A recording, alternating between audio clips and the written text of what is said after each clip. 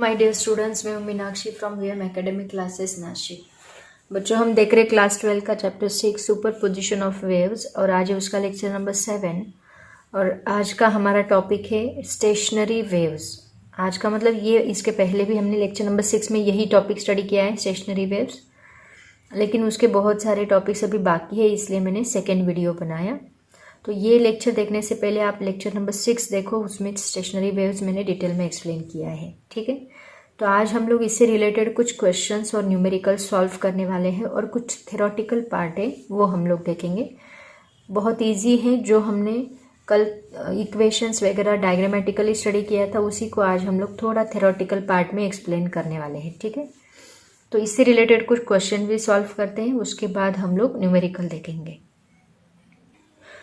तो देखो बच्चों, आपके बुक में एक क्वेश्चन उन्होंने पूछा है, what can be inferred from the equation of the stationary wave y is equal to 2a cos kx sin omega t under following conditions. और दो कंडीशंस देखो क्या दी है। फर्स्ट कंडीशन दी है साइन ओमेगा टी अगर 1 होगा तो इक्वेशन क्या शो करता है, एंड साइन ओमेगा टी अगर 0 होगा तो इक्वेशन क्या शो करता है, ये हमें यहाँ पे बताना है। तो देखते हैं। तो अपना स्टेशनरी वेव का इक्वेशन क्या है, देखो y is equal to 2a cos kx into sine omega T. तो इस इक्वेशन को हम इधर शिफ्ट करते हैं तो हमें क्या मिलेगा, sine omega T is equal to y divide by 2a cos kx। ठीक है, अब पार्टिकल की पोजीशन अगर मैक्सिमम है तो ये 1 प्लस माइनस 1 आएगा, राइट ना। ये इक्वेशन हमें ये शो करता है। अगर पार्टिकल की पोजीशन मैक्सिमम है, मतलब कंसिडर करते हैं ये पार्टिकल ऐसे वाइब्रेट हो रहे हैं, तो जो पार्टिकल इस साइड में है, cos kx अगर पॉजिटिव है, cos kx अगर पॉजिटिव है, इसका मतलब क्या कि पॉजिटिव डायरेक्शन के पॉजिटिव साइड के जो पार्टिकल्स है वो मैक्सिमम डिस्प्लेसमेंट से मूव हो रहे, राइट। और ये अगर निगेटिव है तो इसका मतलब ये निगेटिव डायरेक्शन से मैक्सिमम डिस्प्लेसमेंट मूव कर रहे हैं। तो ये पॉजिटिव या निगेटिव हो सकता है, प्लस माइनस 1 हो सकता है। तो यहाँ पे मैक्सिमम डिस्प्लेसमेंट मतलब y क्या रहेगा, 2a रहेगा। ये मैक्सिमम डिस्प्लेसमेंट है, ये मैक्सिमम डिस्प्लेसमेंट है, और ये प्लस माइनस 1 हो सकता है, राइट ना। तो ये कैंसिल होगा और हमें क्या मिलेगा, दैट इज इक्वल टू 1 मिलेगा। तो sine omega T is equal to 1 है। ये कब पॉसिबल है, इसका मतलब क्या है कि ये अगर 1 रहा at this moment, at this time, जो पार्टिकल है पॉजिटिव डायरेक्शन के वो मैक्सिमम डिस्प्लेसमेंट कर रहे पॉजिटिव साइड में, और जो पार्टिकल निगेटिव डायरेक्शन के वो निगेटिव डिस्प्लेसमेंट के साइड में मैक्सिमम डिस्प्लेसमेंट मूव कर रहे हैं। ओके, ये इसका मीनिंग है। क्या मीनिंग है इसका, when sine omega T is equal to 1 at that instant of time all the particles which cos kx is positive have their maximum displacement in positive direction, and at the same instant all the particles for which cos kx is negative have their maximum displacement in negative direction। मतलब sign omega T जब 1 होता है तो हमें इस प्रकार की wave मिलती है, राइट, जो हमने स्टडी किया, ये उसका मीनिंग है। अब देखते हैं साइन ओमेगा टी 0 रहेगा तो क्या होगा। अगर साइन ओमेगा टी 0 है, इसका मतलब यहाँ पे cos के x की पोजीशन क्या मिल रही है, हमें 0 मिल रही है। अगर ये 0 है तो ये पूरा इक्वेशन 0 इंटू 0 0 बनेगा, 2a डिवाइड बाई 0, यहाँ पे 0 मिलेगा। इसका मतलब डिस्प्लेसमेंट ही यहाँ पे हमें क्या मिल रहा है, 0 मिल रहा है। मतलब ये सभी टर्म हमें क्या मिल रही है, यहाँ पे 0 मिल रही है, ऐसे उसका मीनिंग है। ठीक है, तो सेकेंड पॉइंट जो उन्होंने बोला है sine omega T is equal to 0, इसका मतलब क्या कि पार्टिकल उनकी मीन पोजीशन क्रॉस कर रहे हैं। मतलब मैंने आपको बोला था ना, यहाँ के पार्टिकल, जो यहाँ के पार्टिकल है वो ये मीन पोजीशन पे आते हैं, ये पार्टिकल मीन पोजीशन पे, मतलब एट पर्टिकुलर टाइम पे वो मैक्सिमम डिस्प्लेसमेंट करते हैं, वापस वो 0 पे आते हैं, फिर मैक्सिमम डिस्प्लेसमेंट अपोजिट साइड में करते हैं, वापस 0 पे आते हैं, फिर मैक्सिमम डिस्प्लेसमेंट अपोजिट साइड में करते हैं। तो जब साइन ओमेगा टी 0 रहेगा तो ये पार्टिकल यहाँ पे आएंगे, दिस मीन पोजीशन पे, तभी हमें ये क्या मिलेगा, cos के x की वैल्यू 2a तो मिलेगा ही नहीं, क्योंकि मैक्सिमम डिस्प्लेसमेंट 0 हो गया, मतलब ये पूरी वैल्यू हमें क्या मिलेगी, 0 मिलेगी, इसीलिए हमें y भी 0 मिलेगा, y डिस्प्लेसमेंट 0 मिलेगा। इसका मतलब क्या, 0 डिवाइड बाई दिस हमें क्या मिलेगा 0, एंड साइन ओमेगा टी भी क्या मिलेगा 0 मिलेगा। मतलब यहाँ पे हमें ये पार्टिकल का वाइब्रेशन बिल्कुल भी नहीं मिल रहा है, यहाँ पे हमें बस एक स्ट्रेट लाइन मिल रही है, क्योंकि सभी पार्टिकल कहाँ आ गए, 0 पे आ गए, सभी पार्टिकल हमें 0 पे मिल रहे हैं, इसलिए साइन ओमेगा टी क्या रहेगा 0 रहेगा। ओके, ये इसका आंसर आपके बुक में दिया है, तो आप वहाँ से रीड कर सकते हैं। नेक्स्ट पॉइंट देखो बच्चों क्या है, लॉन्जिट्यूडिनल स्टेशनरी वेव। जैसे ट्रांसवर्स स्टेशनरी वेव होती है वैसे ही लॉन्जिट्यूडिनल स्टेशनरी वेव भी होती है। कैसे देखो, सपोज कंसिडर करो, हमने आपको पता है साउंड वेव जो होती है वो स्टेशनरी वेव होती है, सॉरी साउंड वेव जो होती है वो लॉन्जिट्यूडिनल वेव होती है। उसमें क्या होता है, कुछ पार्टिकल ऐसे वाइब्रेट करते हैं, मतलब कंप्रेशन फिर रेयरफैक्शन। एक ऐसा सपोज हमने एक इतना पोर्शन कंसिडर किया, यहाँ पे कंप्रेशन होगा, पार्टिकल नज़दीक आएंगे फिर दूर जाएंगे, फिर वापस नज़दीक आएंगे फिर वापस दूर जाएंगे। इसका मतलब इसको हम बोलते हैं कंप्रेशन, इसको बोलते हैं rarefaction. Compression rarefaction, compression rarefaction. और ऐसी टाइप की वेव को हम लोग क्या बोलते हैं, लॉन्जिट्यूडिनल वेव बोलते हैं। तो लॉन्जिट्यूडिनल में स्टेशनरी वेव होती है क्या, ऑब्वियसली होती है।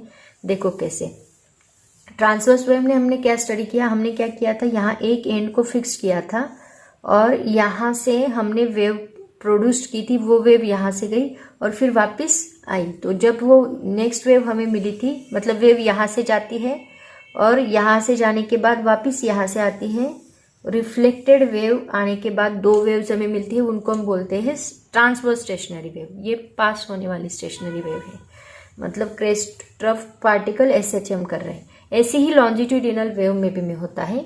सपोज हमने एक ट्यूब ली या फिर पाइप लिया, ओके, इस पाइप में से हम लोग वाइब्रेशन पास करने वाले हैं, मतलब इसमें से हम साउंड पास करेंगे। तो जब ये साउंड पास होगा तो ये साउंड यहाँ पे जाके यहाँ पे टकराएगा और वापस रिफ्लेक्ट होके आएगा। तो यहाँ से प्रोड्यूस होने वाली जो वेव है वो हमें कैसी मिलेगी, स्टेशनरी वेव मिलेगी। तो ये लॉन्जिट्यूडिनल स्टेशनरी वेव है। एक्चुअल में बुक में जो डायग्रामेटिकली दिखाया होता है उसको कुछ इस प्रकार दिखाया होता है, मतलब ये वेव गई यहाँ पे जाने के बाद यहाँ पे टकराई और वापस, एक मिनट, ये वेव यहाँ से जाती है, यहाँ पे टकराती है और वापस यहाँ से प्रोड्यूस होके वापस आती है। तो इस प्रकार की जो वेव है, यहाँ पे अभी क्या रहेगा, नोड रहेगा, यहाँ पे रहेगा नोड, यहाँ पे रहेगा एंटी नोड, यहाँ पे रहेगा एंटी नोड। तो anti node, node, anti node ऐसे अल्टरनेटली फॉर्म होते हैं, यहाँ पे एंटी नोड और वापस यहाँ पे नोड। तो आपके बुक में डायग्रामेटिकली उसको इस प्रकार दिखाते हैं, बट इसका एक्चुअल मीनिंग क्या है देखो, जब ये वेव यहाँ से पास होती है, ये एक्चुअल ट्रांसवर्स वेव के फॉर्म में दिखाते हैं, बट एक्चुअल में ये लॉन्जिट्यूडिनल वेव है। तो जब ये वेव यहाँ से पास होगी, यहाँ पे पास होने के बाद यहाँ पे उसका एम्पलीट्यूड कितना रहेगा, 0 रहेगा, मतलब नोड हमें मिला है ना। तो फिर यहाँ पे देखो पार्टिकल थोड़ा वाइब्रेट हुए, तो यहाँ पे पार्टिकल का वाइब्रेशन थोड़ा रहेगा, फिर वापस थोड़ा मैक्सिमम, फिर वापस थोड़ा मैक्सिमम एम्पलीट्यूड से वो वाइब्रेट होंगे, फिर बहुत ज़्यादा मैक्सिमम, फिर बहुत ज़्यादा एम्पलीट्यूड से वो वाइब्रेट होंगे, फिर वापस क्या रहेगा 0। तो यहाँ पे कुछ भी हम नहीं दिखाएंगे। फिर यहाँ से वापस, ये मतलब यहाँ पे देखो, यहाँ पे क्या मिला, नहीं वापस कम होगा, मतलब जहाँ जितना इधर इस साइड में मिला है उतना ही इधर मिलेगा और बहुत कम। एंड देन एम्प्टी स्पेस, मतलब नोड रहेगा, वापस थोड़ा और ज़्यादा, फिर मैक्सिमम और फिर कम, वापस एम्प्टी स्पेस। मतलब देखो यहाँ पे नोड है, पार्टिकल का ये क्या है, नोड। जहाँ मैक्सिमम एम्पलीट्यूड है वहाँ पे क्या रहेगा, एंटी नोड। वापस यहाँ एम्प्टी स्पेस है, यहाँ पे क्या रहेगा, नोड। मैक्सिमम एम्पलीट्यूड में एंटी नोड, फिर वापस नोड। तो ऐसे ये वेव ऐसे वाइब्रेट होके, एक्चुअल में यहाँ पे परपेंडिकुलर दिख रही है, बट एक्चुअल में इसका वाइब्रेशन कैसे है, पैरेलल है। ऐसे वाइब्रेट होके आती है, यहाँ पे टकराती है और वापस जाती है। तो वहाँ पे जो फॉर्म होती है that is longitudinal stationary wave, और वहाँ पे भी नोड एंटी नोड फॉर्म होते हैं। इसी के ऊपर बेस्ड हमारा आगे का टॉपिक है, जिसमें हम लोग स्टडी करेंगे रेजोनेंस ट्यूब वगैरह जो होती है। उसमें आपको प्रैक्टिकल भी होता है रेजोनेंस ट्यूब का, उसमें से हमें साउंड सुनाई देता है। अगर हम ट्यूनिंग फॉर्क का यूज़ करके वहाँ पे वाइब्रेशन प्रोड्यूस करते हैं, ट्यूनिंग फॉर्क मतलब ऐसा कुछ इंस्ट्रूमेंट होता है देखो, जो कि वाइब्रेशन प्रोड्यूस करने का काम करता है, ऐसा एक इंस्ट्रूमेंट होता है। तो इसका यूज़ करके हम क्या करते हैं, वाइब्रेशन प्रोड्यूस करते हैं और ट्यूब में से पास करते हैं। इसको अगर आप ऐसे हैमर करोगे, हैमर करने के बाद वो ऐसे वाइब्रेट होगा। वाइब्रेट होने के बाद उसके जो वाइब्रेशन से वो किस में, इस पाइप में से पास होते हैं। पाइप में पास होने के बाद वो रिफ्लेक्ट होके जब आते हैं तो वहाँ भी हमें साउंड सुनाई देता है। तो वो साउंड वेव्स जो होती है वो लॉन्जिट्यूडिनल वेव्स होती है और उसी को हम लोग लॉन्जिट्यूडिनल स्टेशनरी वेव बोलते हैं, क्योंकि ये यहाँ पे जाने के बाद टकरा के वापस आती है, ऐसा होता है। ठीक है, तो ऐसे लॉन्जिट्यूडिनल स्टेशनरी वेव्स भी फॉर्म होती है। ये हो गया लॉन्जिट्यूडिनल स्टेशनरी वेव। इसके पहले हमने जो क्वेश्चन कंप्लीट किया, अब इसके बाद हम लोग देखने वाले हैं बहुत ही इंपॉर्टेंट टॉपिक, जो ऑलरेडी हम सब कुछ स्टडी कर चुके हैं बस, बट अभी उसको हम एक पॉइंट वाइज पॉइंट्स के फॉर्म में लिखना चाहते हैं और उसी को हमने नाम दिया है कैरेक्टरिस्टिक्स ऑफ स्टेशनरी वेव। तो देखो बच्चों, नेक्स्ट पॉइंट है अपना characteristics of stationary wave. Point wise सब भी लिखा है, जो हमने स्टार्टिंग से उसकी डेफिनेशन से लेके जो कुछ भी स्टडी किया है वो सब इसमें आएगा, आपको समझ में आ जाएगा। पढ़ने के बाद भी थ्योरेटिकल पार्ट है, बहुत सिंपल है। तो सबसे पहले पॉइंट में सबसे पहली कैरेक्टरिस्टिक तो सुपरपोजिशन वेव की डेफिनेशन आएगी। क्या है definition? Stationary waves are produced due to superposition of two identical waves. Identical waves मैंने बोला था सेम एम्पलीट्यूड सेम फ्रीक्वेंसी वाली वेव। दो वेव्स, दोनों की फ्रीक्वेंसी भी सेम है, आइडेंटिकल है, लेकिन उनका पाथ अपोजिट है। तो यहाँ पे बोला है ब्रैकेट में, आइदर ट्रांसवर्स और longitudinal wave travelling through a medium along the same path in opposite directions. Okay, तो ये पहली डेफिनेशन आ गई। सेकेंड पॉइंट देखो क्या है, if two identical transverse progressive waves superimpose और interfere the resultant wave is transverse stationary wave. जब दो identical wave progressive wave interfere करती है तो वहां पे प्रोड्यूस होने वाली रिजल्टेंट वेव ये स्टेशनरी वेव होती है। और उसमें हमने देखा उस वेव में, उस स्टेशनरी वेव में कुछ पॉइंट होते हैं जिनका मोशन जीरो होता है, मोशनलेस होते हैं, और कुछ पॉइंट होते हैं जिनका एम्पलीट्यूड मैक्सिमम होता है, तो उनको हम नोड एंड एंटी नोड कहते हैं, राइट ना। और नोड और एंटी नोड के बीच के जो पार्टिकल्स होते हैं उनका एम्पलीट्यूड 0 से लेके ए तक वाइब्रेट होता है, मतलब कम डिस्प्लेसमेंट, उससे ज़्यादा, मैक्सिमम, वापस कम, वापस 0, ऐसे। तो यही 3 पॉइंट्स उन्होंने बताए हैं। तो पहला पॉइंट बताया, when a transverse stationary wave is produced on a string, some points on the string are motionless. These points which do not move are called nodes. Some points on the string oscillate with greatest amplitude, they are called as antinodes. And third point, points between the nodes and antinodes vibrate with values of amplitudes between 0 and A. Okay, so this is the transverse progressive wave. उसी को हमने कहा है stationary wave, resultant stationary wave. Next point देखो क्या है, point number 3, if two identical longitudinal progressive waves superimpose और interfere. अभी हमने ट्रांसवर्स वेव देखी, ऐसे ही longitudinal progressive wave superimpose होती है, इंटरफेयर होती है, तो उससे भी प्रोड्यूस होने वाली रिजल्टेंट वेव क्या होती है, that is also longitudinal stationary wave. अभी मैंने आपको एग्जाम्पल दिया पाइप का, close eight one and, right ना, तो उसमें रिफ्लेक्ट होने वाली वेव क्या होती है, स्टेशनरी वेव होती है। तो इसमें भी पहला पॉइंट क्या आएगा, the point at which the amplitude of the particle of the medium is minimum called as nodes. Same points है, सिर्फ ये पहला पॉइंट ट्रांसवर्स वेव का था, अभी का लॉन्जिट्यूडिनल वेव का है। Second point, the points at which the amplitude of the particle of the medium is maximum are called antinode, and points between the nodes and antinodes vibrate with values of amplitude between 0 and A। मतलब 0 then थोड़ा maximum, उससे maximum, सबसे maximum, वापस कम कम कम, वापस 0। Okay, उसके बाद हमने already study किया है दो नोड्स एंड दो एंटी नोड्स के बीच में कितना डिस्टेंस होता है, λ/2। तो फोर्थ पॉइंट वही है, the distance between two consecutive nodes is λ/2 and the distance between two consecutive anti nodes is also λ/2। Fifth point देखो क्या है, नोड्स एंड एंटी नोड के बीच में कितना डिस्टेंस होता है, that is λ/4। Nodes and anti nodes are produced alternately, the distance between a node and adjacent anti node is lambda by 4। Next point देखो क्या है, the amplitude of vibration varies periodically in a space. Periodically मतलब एक equal interval of time के बाद वो repeat होता है, उसको हम पीरियोडिक वाइब्रेशन बोलते हैं। बराबर है, रिपीट होता है ना, मतलब पहले एंटी नोड आता है, फिर पार्टिकल कम होते होते जीरो पे आता है, वापस बढ़ते बढ़ते बढ़ते बढ़ते मैक्सिमम पे जाता है, वापस कम होते होते जीरो पे आता है, फिर मैक्सिमम पे जाता है। मतलब पीरियोडिकली ये प्रोसेस रिपीट हो रहा है। एम्पलीट्यूड जो है वाइब्रेशन का पीरियोडिकली वैरी हो रहा है, राइट ना। तो all points vibrate with the same, अगर सेम इंटरवल के बाद वो रिपीट हो रहा है, इसका मतलब फ्रीक्वेंसी जो होती है, number of oscillations passing in 1 second, वो क्या रहेगी, सेम रहेगी सबके लिए।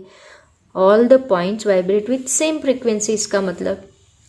उसके बाद देखो नेक्स्ट पॉइंट बहुत ही इंपॉर्टेंट, मैंने ऑलरेडी बताया कि स्टेशनरी वेव में एनर्जी ट्रैवल नहीं होती है, वही आपकी नेक्स्ट प्रॉपर्टी है। दो all the particles except those at the nodes, जो नोड पे नहीं, नोड पे है उनका डिस्प्लेसमेंट जीरो है, वो वाइब्रेट नहीं कर रहे, तो बाकी सभी पार्टिकल्स के पास एनर्जी है, राइट ना, उसकी वजह से वो वाइब्रेट हो रहे, possess energy. There is no propagation of energy, यहाँ पे एनर्जी ट्रैवल कर रही, क्या प्रोपोगेशन हो रहा है एनर्जी का, बिल्कुल भी नहीं। पार्टिकल उनके पास ऑलरेडी एनर्जी है, उस एनर्जी को यूज करके वो खुद ही वाइब्रेट हो रहे, लेकिन अपनी एनर्जी दूसरे पार्टिकल को नहीं दे रहे, तो यहाँ पे एनर्जी का प्रोपोगेशन नहीं हो रहा है, मतलब ट्रैवलिंग नहीं हो रहा है। The wave is localized and its velocity is zero, इसका मतलब वेव वही के वही है। अगर वेव ट्रैवल नहीं कर रही है, इसका मतलब उसकी वेलोसिटी क्या है, वेव की वेलोसिटी, पार्टिकल की नहीं। पार्टिकल वाइब्रेट हो रहे, पार्टिकल नीचे ऊपर नीचे वाइब्रेट हो रहे, तो उनके पास वेलोसिटी है, लेकिन वेव के पास वेलोसिटी नहीं है, वेव का प्रोपोगेशन नहीं है, इसकी वजह से उसकी वेलोसिटी क्या है, जीरो। इसीलिए इसको क्या कहते हैं, स्टेशनरी वेव, मतलब दो एंड के अंदर बंधी हुई वेव जो कि वाइब्रेट कर रही है, लेकिन उसकी एनर्जी को ट्रैवल नहीं कर रही है, प्रोपोगेट नहीं हो रही है, ठीक है। इसीलिए इसको स्टेशनरी वेव, स्टेशनरी मतलब एक ही जगह पे खड़ी हुई, स्टैंडिंग वेव, ओके। उसके बाद देखो नेक्स्ट पॉइंट क्या है, all the particle between adjacent nodes vibrate in phase. बराबर है, जो नोड्स के हैं, मतलब एक लूप के दो नोड्स के बीच में जो पार्टिकल है वो सभी एक फेज में रहेंगे। There is no progressive change of phase from one particle to another particle. All the particle in the same loop are in the same phase of oscillation which reverses for the adjacent loop. इसका मतलब क्या, देखो diagrammatically मैं आपको बताती हूँ। देखो ये वेव हमने निकाली, स्टेशनरी वेव, तो यहाँ पे अगर हमने एक पॉइंट कंसीडर किया A, दूसरा पॉइंट मैंने कंसीडर किया B, तीसरा पॉइंट मैंने कंसीडर किया C, तो अगर पॉइंट A एंड C हम देखेंगे तो ये दोनों क्या है, एक ही फेज में है, उसी फेज में है, these are in same phase. वही उन्होंने बोला है इस पॉइंट में। सेम उसी तरह अगर हम इस डायरेक्शन में, यहाँ पे एक पॉइंट में कंसीडर करती हूँ D, एक पॉइंट E हमने कंसीडर किया, तो ये दोनों पॉइंट D एंड E, ये दोनों भी क्या है, सेम फेज में है, मतलब ये निगेटिव फेज में, ये पॉजिटिव फेज में, तो इनका फेज सेम है, मतलब एंगल सेम है, एंगल चेंज नहीं हो रहा है, तो इन दोनों में ये दोनों पार्टिकल जो है ये सेम फेज में है, ऐसे उसका मीनिंग है। मतलब देखो ये इतना वाइब्रेट हो रहे, वापस वही पे वही वाइब्रेट हो रहे, इनका एनर्जी चेंज नहीं हो रहा है, वो एनर्जी एज इट इज है। वैसे ट्रांसवर्स वेव में क्या होता है, ये पार्टिकल, हर एक पार्टिकल को मौका मिलता है एम्पलीट्यूड चेंज करने का, मतलब ट्रांसवर्स वेव में ये सी पार्टिकल भी कभी कभी मैक्सिमम एम्पलीट्यूड करेगा, फिर मिनिमम वापस जीरो पे आएगा, फिर मैक्सिमम वापस जीरो पे आएगा। लेकिन यहाँ पे क्या है कि ये पार्टिकल के पास इतनी एनर्जी है, इतना वाइब्रेशन है, वो इतना ही रहेगा, इसका एम्पलीट्यूड कम ज़्यादा नहीं होगा। वैसे ट्रांसवर्स वेव में एम्पलीट्यूड कम ज़्यादा होता है, इसका मतलब एनर्जी ट्रैवल करती है, यहाँ पे एनर्जी ट्रैवल नहीं करती, एनर्जी वही के वही है, पार्टिकल उतना ही एम्पलीट्यूड कर रहा है, ओके। तो यहाँ के जो दो पार्टिकल हमने कंसिडर किए हैं, दो पॉइंट्स, ये सेम फेज में है। सिमिलरली यहाँ के दो पॉइंट्स हमने कंसिडर किए, ये सेम फेज में, लेकिन A एंड D अगर हमने कंसिडर किया तो ये सेम फेज में नहीं है, ये अपोजिट फेज में है, दोनों के बीच में 180 इतना फेज डिफरेंस आ रहा है, राइट। तो ये सेम फेज में नहीं, वही पॉइंट उन्होंने यहाँ पे एक्सप्लेन किया है। ऑल द पार्टिकल्स बिटवीन, ये नोड हो गया, ये नोड हो गया, तो नोड, दो नोड के बीच में जो जितने भी पार्टिकल्स हैं वो सभी पार्टिकल वाइब्रेट इन फेज, वो सभी एक ही फेज में है, इन फेज में है, आउट ऑफ फेज नहीं है। There is no progressive change of phase from one particle to another particle. यहाँ पे ये पार्टिकल इसका फेज इसको नहीं दे रहा है, इसका फेज इसको नहीं दे रहा है, एक पार्टिकल से दूसरे पार्टिकल में फेज चेंज नहीं हो रहा है, ये इन फेज में है, वैसे ट्रैवलिंग वेव में नहीं होता। ठीक है। All the particles in the same loop are in the same phase of oscillation which reverses from the adjacent loop. तो यहाँ पे ये सेम फेज में है, ये सेम फेज में, वापस यहाँ पे वो क्या रहेंगे, सेम फेज में रहेंगे। ठीक है। तो यहाँ के पार्टिकल जितने भी दो नोड्स के बीच में, यहाँ इस साइड के पार्टिकल सेम फेज में, इस साइड के पार्टिकल सेम फेज में, और ये रिवर्स होगा एक अल्टरनेट लूप के बाद। ठीक है। तो ये उसका मीनिंग। ऐसे टोटल हमने यहाँ पे 8 कैरेक्टरिस्टिक स्टडी की है, जो कि बहुत ही सिंपल है, जो ऑलरेडी हमने जितना स्टडी किया है उसी से रिलेटेड। इसमें से आप कौन से भी 5-6 प्रॉपर्टीज लर्न करके रखो। अगर 4 मार्क्स के लिए क्वेश्चन पूछा है तो 8 प्रॉपर्टीज लिख के आओ, उसमें कुछ भी डिफिकल्ट नहीं है, बहुत सिंपल है। उसके बाद देखो बच्चों, जो बहुत ही इंपॉर्टेंट टॉपिक है, बहुत बार इसके ऊपर क्वेश्चन पूछा जाता है कि प्रोग्रेसिव वेव। प्रोग्रेसिव वेव मतलब जो जिसको हम बोलते हैं ट्रैवलिंग वेव, राइट ना। Progressive wave and standing wave और स्टेशनरी वेव, दोनों में डिफरेंस क्या है, दोनों में कंपैरिजन करो। Progressive wave and stationary wave, तो दोनों में क्या डिफरेंस आएगा, बहुत सारे पॉइंट्स हो सकते हैं। प्रोग्रेसिव वेव मतलब क्या, ये वेव यहाँ से ऐसे ट्रैवल कर रही है, कंटिन्यूअसली ट्रैवल कर रही है अप टू द एंड। लेकिन स्टेशनरी वेव क्या है, दो एंड के बीच में बंधी हुई वेव है, जो यहाँ पे ही वाइब्रेट कर रही है। यहाँ पे हर एक पार्टिकल का एम्पलीट्यूड सेम है, जो कि मूव नहीं कर रहा है, लेकिन यहाँ पे जितने भी पार्टिकल्स है उस सब का एम्पलीट्यूड चेंज होते रहेगा, राइट ना। यहाँ पे सब वैसे एम्पलीट्यूड फिक्स रहेगा, पार्टिकल का एम्पलीट्यूड चेंज नहीं होगा, लेकिन हर एक पार्टिकल का एम्पलीट्यूड डिफरेंट रहेगा। मतलब ये पार्टिकल इतना, ये पार्टिकल इतना, ये पार्टिकल इतना, हर एक का एम्पलीट्यूड डिफरेंट है। यहाँ पे इस पार्टिकल का एम्पलीट्यूड चेंज होता रहेगा, मतलब ये इतना ही नहीं रहेगा, कुछ देर के बाद क्या होगा, इसका एम्पलीट्यूड मैक्सिमम रहेगा। जैसे कि देखो, कुछ देर के बाद ये वेव यहाँ से ट्रैवल कर रही है, सपोज कंसिडर करते हैं ये वेव यहाँ से आई है, ठीक है, यहाँ से ऐसे आई है और देन ऐसे वाइब्रेट हो रही है। अब क्या होगा, कुछ देर के बाद क्या होगा, ये वेव हमें ऐसे मिलेगी, राइट ना। मतलब ये पार्टिकल क्या हो गया, अभी देखो यहाँ का पार्टिकल पहले 0 पे इतना एम्पलीट्यूड के साथ यहाँ वाइब्रेट हो रहा था, अब क्या हुआ, 0 पे आ गया। यहाँ का पार्टिकल जो है वो इतना एम्पलीट्यूड दे रहा था, अभी वो कहाँ पे आ गया, 0 पे आ गया। इसका मतलब हर एक पार्टिकल का एम्पलीट्यूड क्या हो रहा है, चेंज हो रहा है। सपोज यहाँ का हम पार्टिकल करते हैं, यहाँ पे मैक्सिमम एम्पलीट्यूड दे रहा है, या फिर एक मिनट थोड़ा इसको चेंज करती हूँ मैं। यहाँ का पार्टिकल मैक्सिमम एम्पलीट्यूड दे रहा है, तो इसके एग्जैक्ट नीचे का पार्टिकल मैक्सिमम एम्पलीट्यूड, यहाँ का पार्टिकल यहाँ पे 0 है, लेकिन यहाँ पे देखो, यहाँ पे उसका एम्पलीट्यूड इतना है। मतलब कुछ समय बाद ये 0 पे था, ये इतने एम्पलीट्यूड पे आ गया, ये मैक्सिमम एम्पलीट्यूड पे था, यहाँ कम हो गया। इसका मतलब क्या कि हर एक समय के बाद उनका एम्पलीट्यूड क्या हो रहा है, चेंज हो रहा है। तो यहाँ पे पार्टिकल्स जितने भी हैं उन सभी पार्टिकल्स का एम्पलीट्यूड सेम हो सकता है, लेकिन यहाँ पे किसी पार्टिकल का एम्पलीट्यूड इतना है तो इतना ही रहेगा, उसके बाद यहाँ इसका एम्पलीट्यूड अलग है, इसका एम्पलीट्यूड, मतलब यहाँ पे पार्टिकल का एम्पलीट्यूड सेम हो सकता है, इसका मैक्सिमम है तो बाद में इसका भी मैक्सिमम रहेगा, थोड़ी देर के बाद इसका भी, मतलब सबका सेम हो सकता है, लेकिन यहाँ पे सबका सेम नहीं होता। उसका इतना है, इसका इतना है, इसका इतना है, वो उतना ही रहेगा, सबका एम्पलीट्यूड चेंज होगा, ठीक है, पार्टिकल का एम्पलीट्यूड डिफरेंट रहेगा।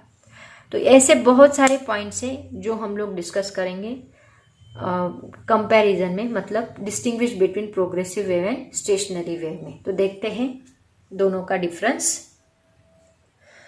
तो देखो, distinguish between progressive wave and stationary wave के उनको अलग से उन्होंने एक्सप्लेन करके दिया है। Progressive wave and stationary wave 2 columns में। पहला पॉइंट देखो क्या है, the disturbance travel from one region to the other with definite velocity, बराबर है डिस्टर्बेंस ट्रैवल हो रहा है। ऑलरेडी हमने देखा प्रोग्रेसिव वेव में एनर्जी ट्रैवल करती है, लेकिन स्टेशनरी वेव में एनर्जी ट्रैवल नहीं करती है। वेव ट्रैवल नहीं करती है, वही के वही स्टैंडिंग पोजीशन में वाइब्रेट होती है। बट यहाँ पे हर एक पार्टिकल उसकी एनर्जी दूसरे पार्टिकल को दे रहा है, डिस्टर्बेंस ट्रैवल कर रहा है, राइट ना। तो प्रोग्रेसिव वेव में क्या आएगा, the disturbance travel from one region to the other with definite velocity, but in stationary wave disturbance remains in the region where it is produced, velocity of the wave is zero। Wave यहाँ पे travel ही नहीं कर रही तो उसका speed क्या रहेगा, zero रहेगा।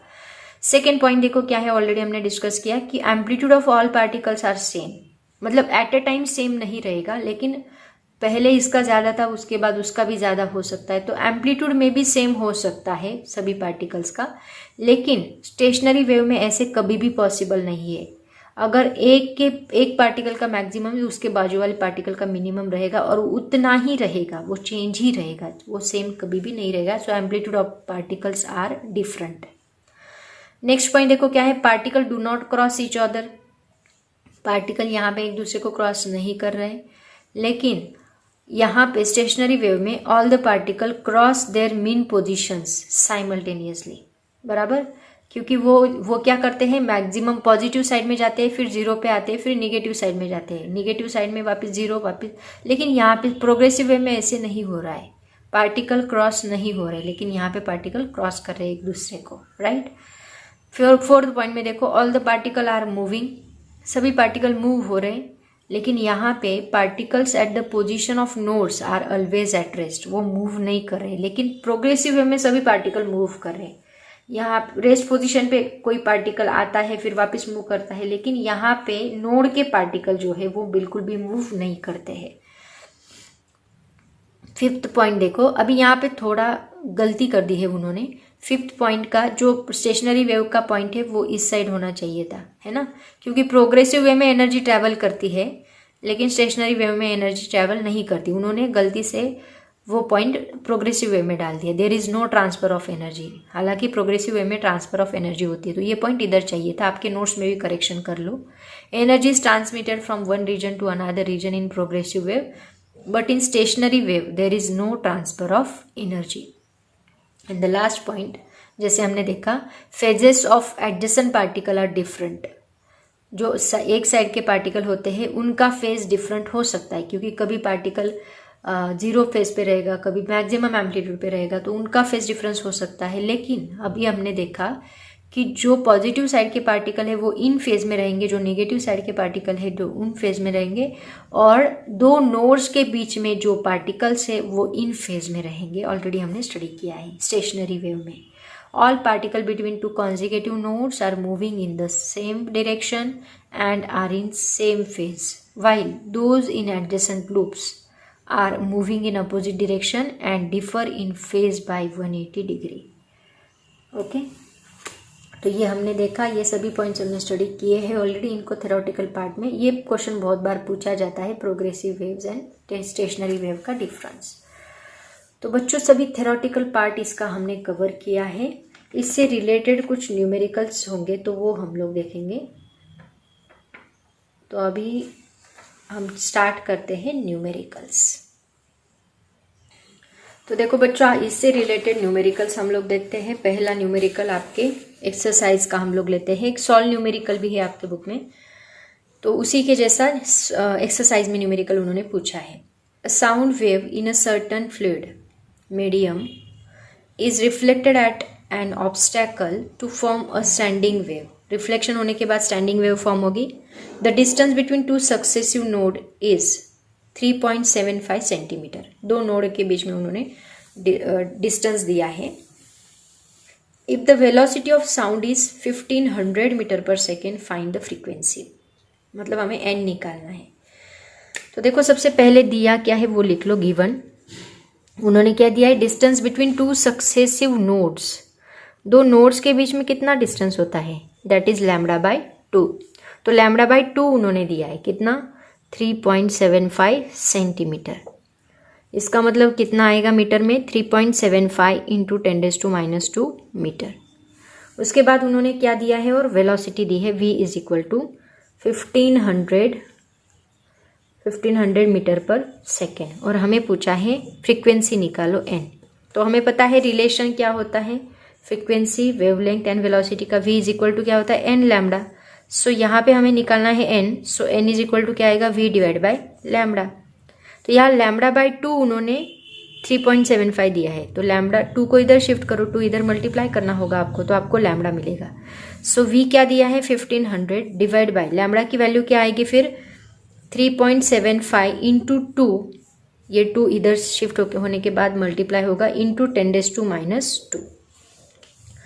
इसको हम कैसे लिखेंगे, इसको मल्टीप्लाई कर लो, आंसर आ जाएगा। इन दोनों को मल्टीप्लाई करो, कितना आएगा, दैट इज 7.5। तो ये होगा 1500 divide by 7.5।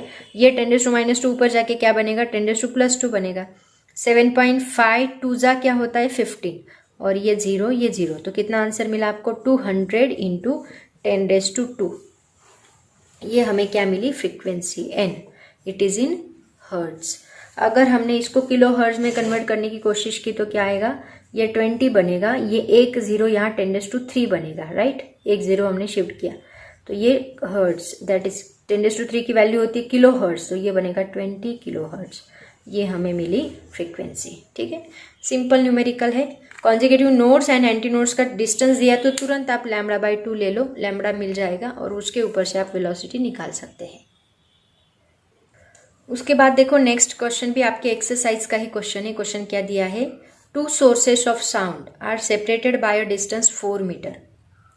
They both emit sound with the same amplitude and frequency, that is 330 Hz. But they are 180 degree out of phase. At what points between the 2 sources will the sound intensity be maximum? मतलब क्या बताया, देखो 2 sources दिए हैं, consider करते हैं एक source sound source यहाँ पे है, दूसरा साउंड सोर्स यहाँ पे है। ठीक है, ऐसे 2 साउंड सोर्सेस हैं, ये दोनों क्या कर रहे हैं, वेव ट्रैवल कर रहे हैं। एक वेव इसने ट्रैवल की ऐसे,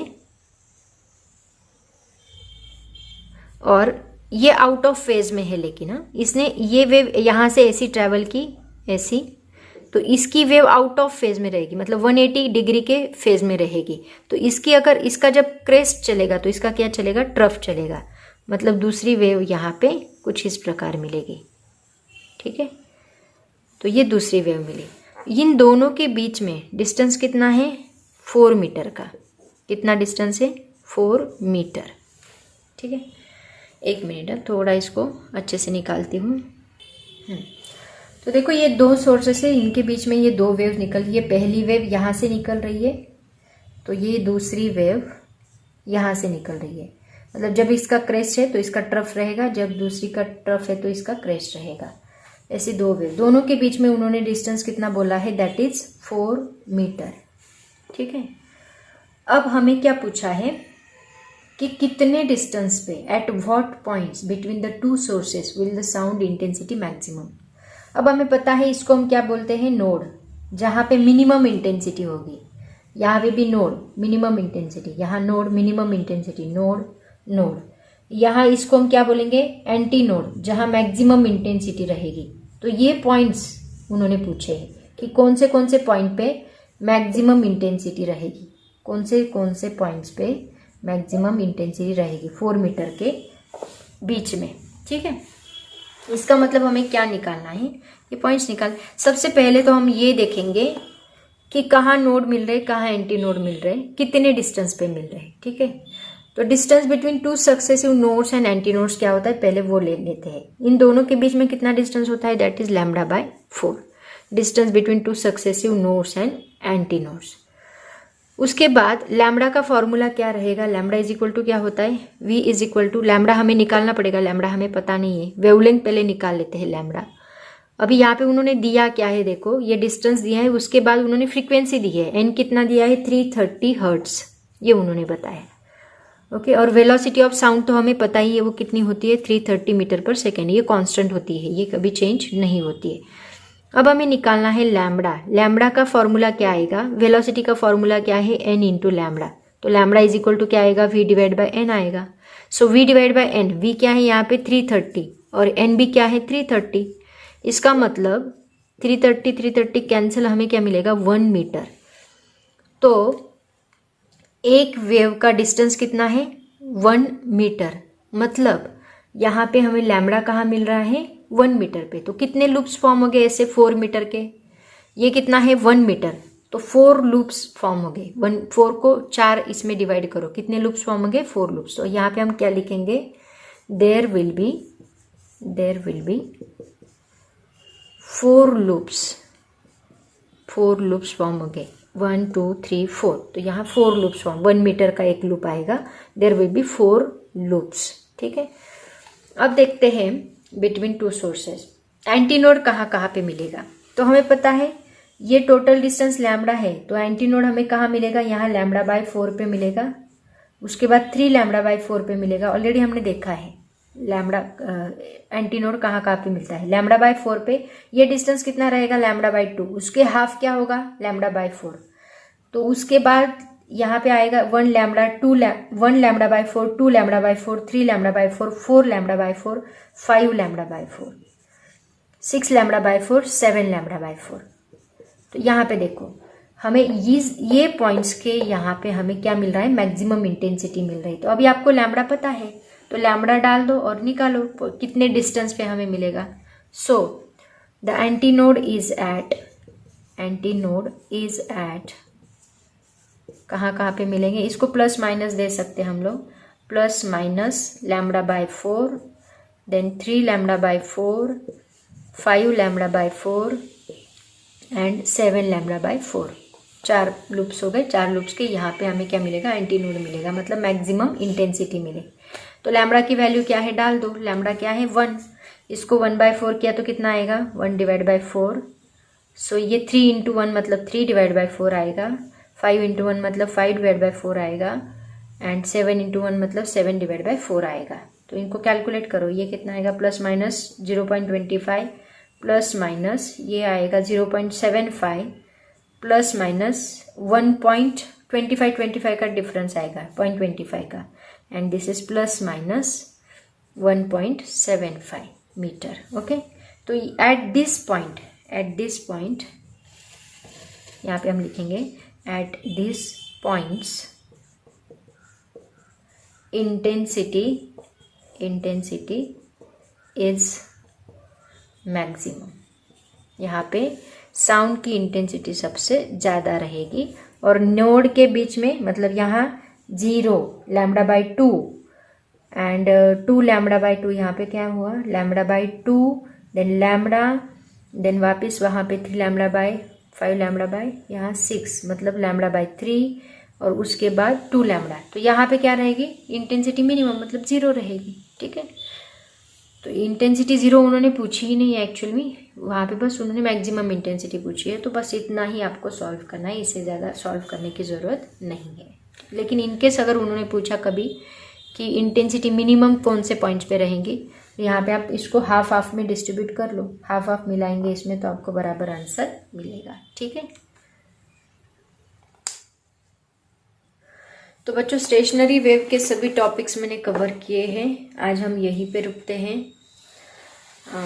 2 लेक्चर्स हुए, स्टेशनरी वेव को डिटेल में मैंने एक्सप्लेन किया है। कॉम्पिटिटिव कॉर्नर के अभी तक क्वेश्चन इसके ऊपर तो पूछे नहीं है, मतलब इसके बाद का जो टॉपिक है सोनोमीटर, ऑर्गन पाइप वगैरह, उसके ऊपर क्वेश्चन है वो हम लोग देखेंगे। फिलहाल आप बस इतना याद रखो, जितना मैंने पढ़ा है उसको ठीक से करो, प्रॉपरली अंडरस्टैंड करो, ताकि कॉम्पिटिटिव एग्जाम में कोई भी क्वेश्चन इसके ऊपर पूछा जाए तो आपको इजीली सॉल्व करते आएगा। तो हम यहीं पे रुकते हैं, पढ़ाई करते रहो। Thank you so much and bye bye.